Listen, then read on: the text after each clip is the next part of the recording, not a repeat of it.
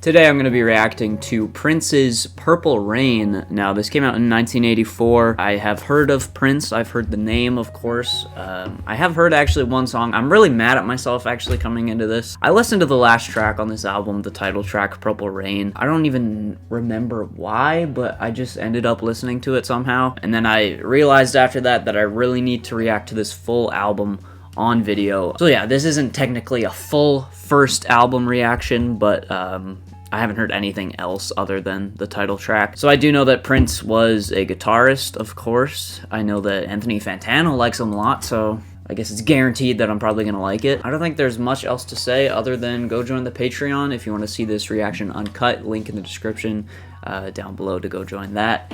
And yeah, we're gonna hop into it. The first track is Let's Go Crazy. Says it was produced by Prince as well. Okay.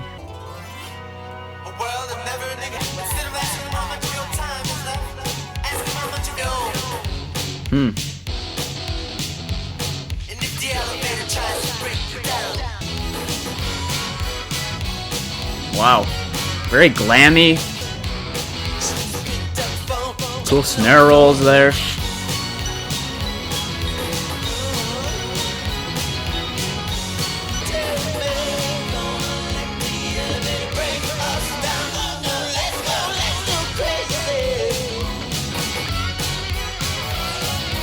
Oh, that synth work.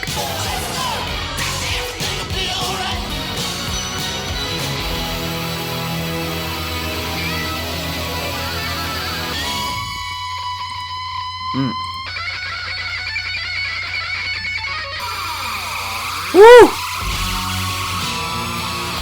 Those synths just fading in such a otherworldly way. Oh. Whew!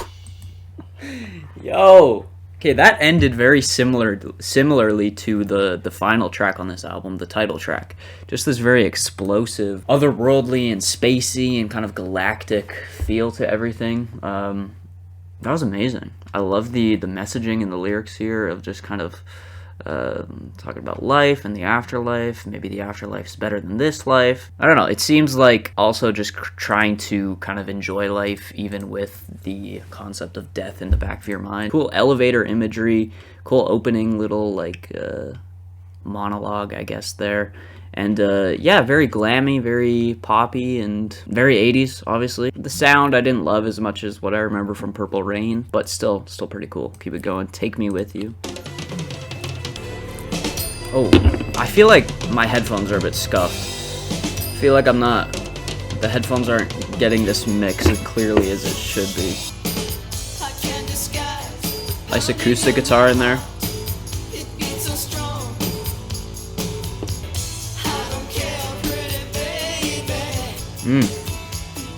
Nice melody.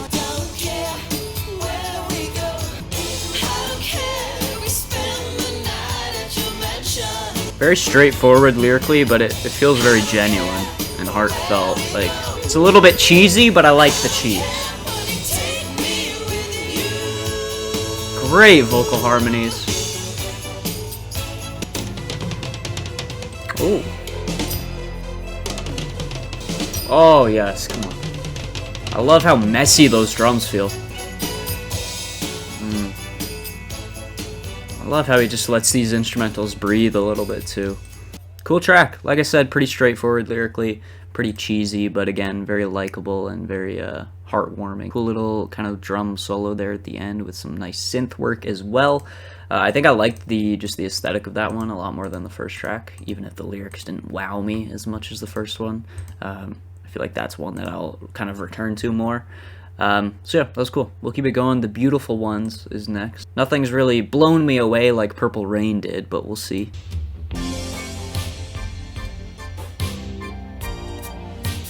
Nice swelling synth there. Wow, vocals are really at the forefront here.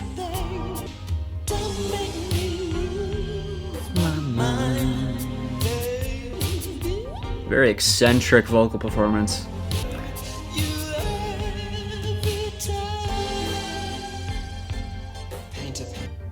I love the little organ stabs. This is like, did Mike Dean travel back to the 80s to do these synths? These are very reminiscent of Mike Dean. Maybe Mike Dean was influenced by this, I don't know.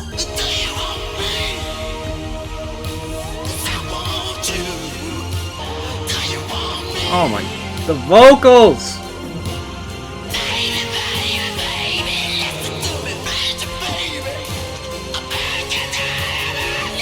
Whew.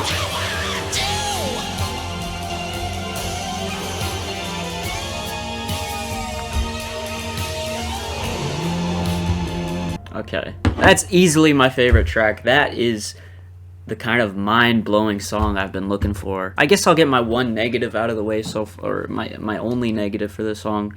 I just wish it hit a little bit harder. Something about the mix just made it feel like that drop of really when the vocals picked up and when the track exploded. I felt like the drums could have been a little bit more present and it could have just hit a little bit harder. It felt like a little bit of a weak mix, but other than that, I loved everything musically here. Just Prince really stole the show with the vocals on that, of course. Kind of a straightforward track again lyrically, but he really sells it with that vocal performance and just how emotive that is. And I love how like his vocals were really at the forefront at the beginning of that track. It was the first track on this album where you really kind of heard his vocals really clear, and it gave this really intimate feel to the track. The vocal effects too during the end there, with just like a slight delay and echo and a little bit of a reverb. I don't know, it just gives this feeling of this glam feel, but also this like cosmic intergalactic feel as well. So yeah, that was fantastic. Easily my favorite, like I said. Computer Love is next. Or Computer Blue, not Computer Love. Sorry.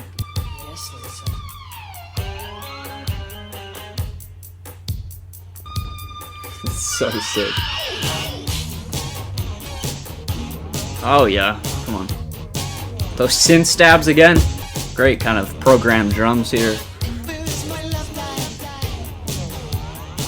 Very fuzzy guitar work.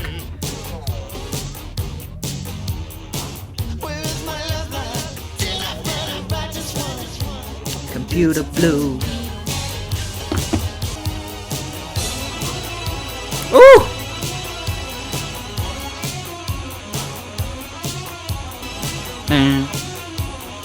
Nice. Such a unique guitar tone. It reminds me of Hendrix in a way, but it's, again, a little bit more just like spacey and alien. Woo!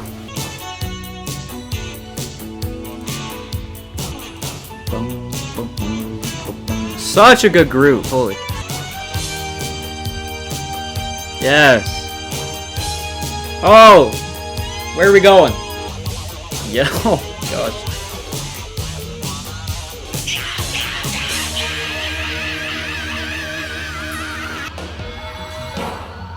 Cool transition. Okay, that was fantastic. That was like Jimi Hendrix meets Michael Jackson. That was just so good. I love the programmed drums. I love the guitar work. Yeah, and I like the lyrics. I like the combination of the computer, machinery, robotic aesthetic with love as well. Maybe he feels like that is kind of taking away from... I feel like it's more relevant and relatable even now in today's world. So, alright. Next track, Darling Nikki. What? That snare sound. Oh. That reverb, that room sound on those drums is so unique.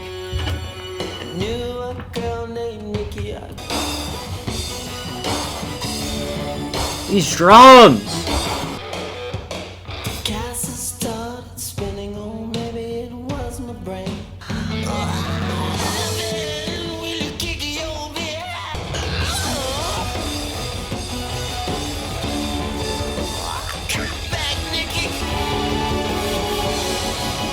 Holy. Oh my gosh. That sounds so good. Holy. It's chaotic, it's visceral.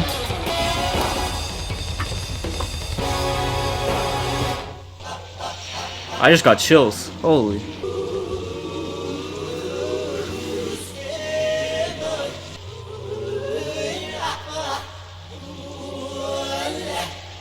Okay, that's the most strange track on the album, but I think it's also just one of the most intriguing and interesting. Obviously, it's detailing this sexual encounter with this girl, Nikki. I just love how he just kind of like lets her take control, and he just like, I don't know, you can feel just how chaotic it is. The sensuality really just bleeds through the track, and just it almost has this primal and kind of like visceral feel to it. And I think it's really emphasized with how real those drums sound, his vocal performance, of course, all the shrieks, just all those vocal inflections that really sell the experience here. Yeah, that was fantastic. I was also thinking, I mean, it's kind of crazy that it says this, because it says it received a lot of criticism upon its release, explicit as it is, because of how explicit it is and all that. I was thinking during that, this feels pretty, I guess, kind of forward thinking and before its time, considering that it came out in the 80s, because I feel like you don't really hear this many or that many like really explicit and kind of raunchy sex related tracks in the 80s. So yeah, I respect it in that sense as well. All right, When Doves Cry is next.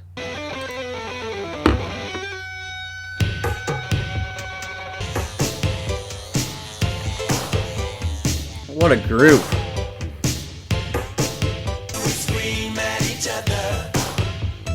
This is what it sounds like. You've got the butterflies all tied up. Oh, the harmonies. Maybe I'm just like my father. Such good songwriting. Oh.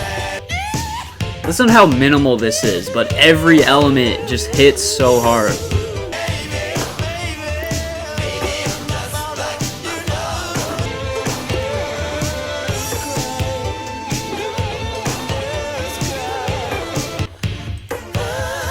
Oh, yes.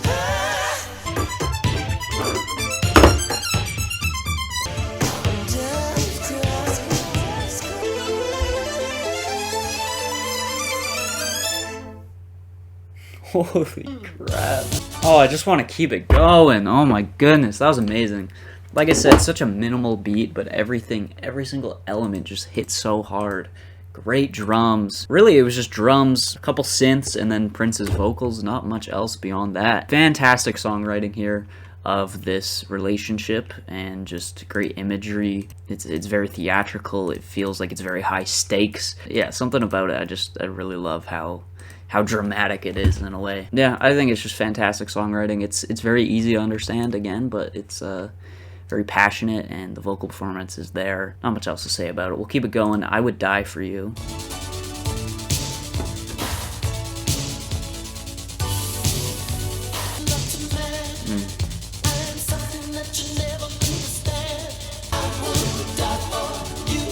Woo! I would die for you. Such a good chorus. I would die for you. The grooves, man.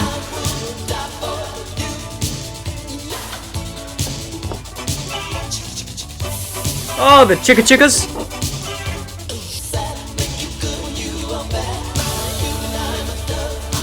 There's that dove reference again. I love the kind of two snare setup we got going on here. It's like, wait for it. I don't know, something about that groove I really like. Kick, snare. So simple, but so effective.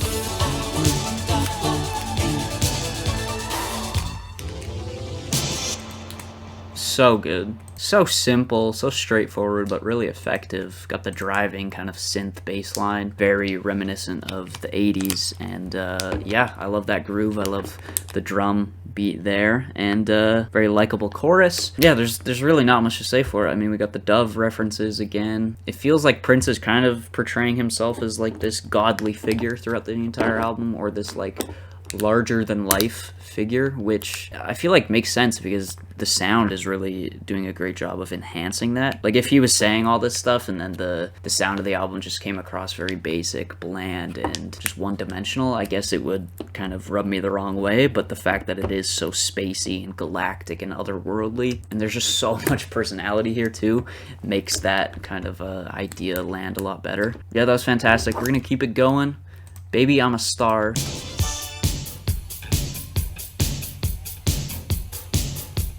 Nice little bass licks there. Got the sleigh bells too.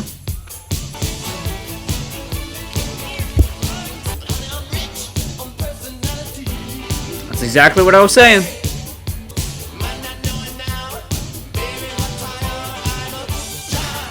But I are. That Batayar is so funny to me.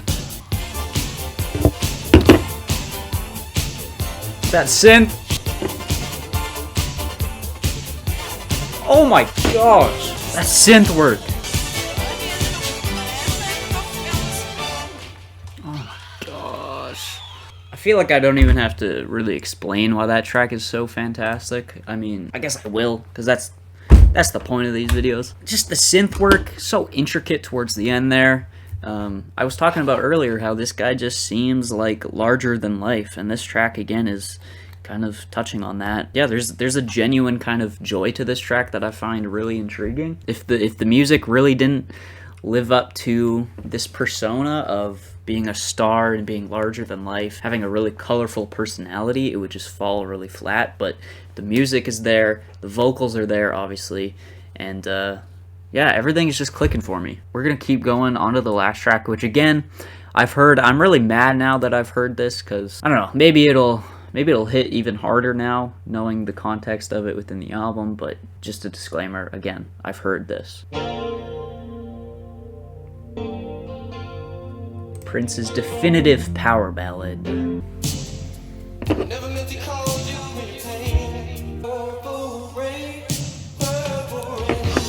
So what's the purple rain a metaphor for, I wonder?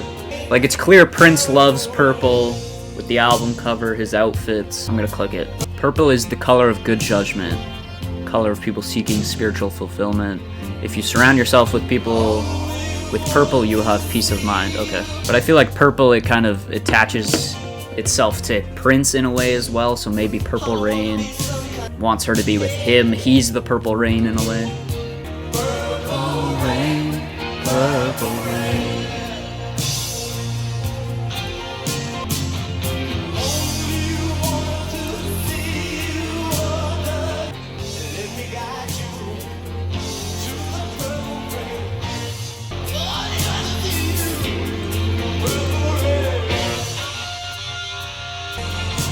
Love that swell into that snare hit.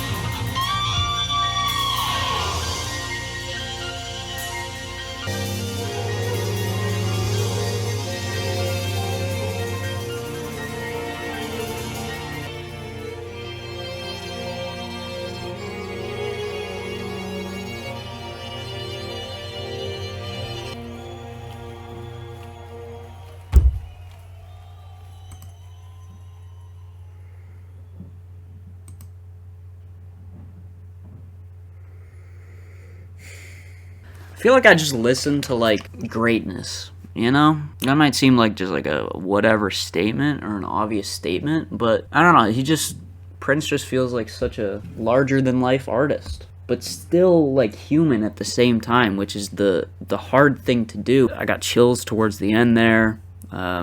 Just a very emotional ballad and powerful. I guess that did make that track better. Like, I loved it the first time I heard it, but hearing it in the context of the album just makes it hit even harder. Yeah, that was fantastic. I love this concept of the purple rain, and I feel like it's one of those things where everybody could take their own different meaning from it. I don't know, it just feels like an idea that's kind of, I don't know if it is iconic, but it feels like it's something that could be iconic and something that really stand the test of time. I don't know, I'm kind of at a loss for words, because this is just such an amazing album. It definitely lived up to the hype. Yeah, those are my thoughts. That was Prince's Purple Rain. This was fantastic. I think I liked every single song here. I think the only one I didn't save was the first track, but everything else was pretty fantastic. And not saying that the first track wasn't good, it was just the one that I didn't save. But yeah, loved this. Prince, Purple Rain. Let me know your thoughts down below. Subscribe, go join the Patreon if you want to see this uncut. And yeah, I'll see you guys in the next video. Peace out.